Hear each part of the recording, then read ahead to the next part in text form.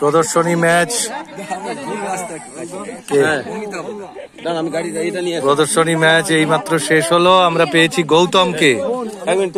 গৌতমকে পেয়েছি। গৌতম এর আগেও এখানে এসে খেলে গেছে। এর আগে একদিন এসেছিল মাঠ পরিদর্শন করে, আমাদের নিজেদের মধ্যে একটা মিটিংও হয়েছিল পার্থদার বাড়িতে। গৌতম, দুটি কথা বলো। নমস্কার। আজকে অন্নপূর্ণা চ্যারিটেবল ট্রাস্টের উদ্যোগে দৃষ্টিহীনদের নিয়ে যে ফুটবল, এটা অত্যন্ত ভালো হয়েছে। অনেক ব্যক্তিবর্গ এসেছিলেন যারা সম্মানীয়।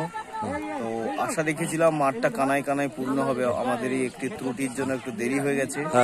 তো যাই হোক না কেন, সর্বমোট খেলা খুব ভালো হয়েছে।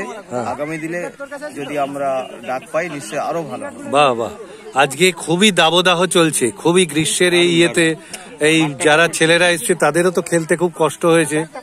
হ্যাঁ, তা হয়েছে। তবে ওই বলেছিলাম গতবারে একটু জলের সংকট ছিল।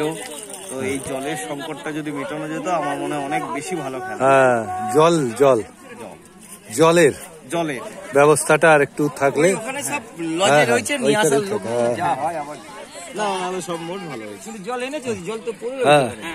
ওটা দেবে কে?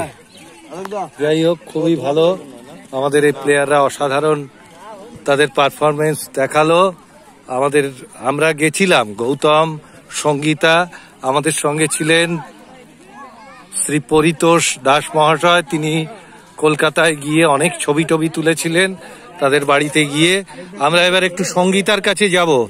সঙ্গীতা, আজকের যে ম্যাচ কিরকম হলো? আজকে ম্যাচটা ছিল প্রদর্শনী ম্যাচ, হলো ফ্রেন্ডলি, মোটামুটি ভালো হয়েছে। আচ্ছা, এখানে রেজাল্ট কি হলো? হ্যাঁ, রেজাল্ট 1-0। কারা কারা এক গোলে জিতলো?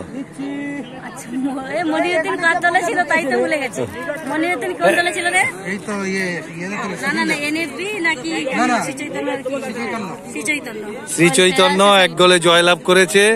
আমাদের একটু পরে রানার্স এবং উইনার্স দুই দলেরই ট্রফি দেয়া হবে।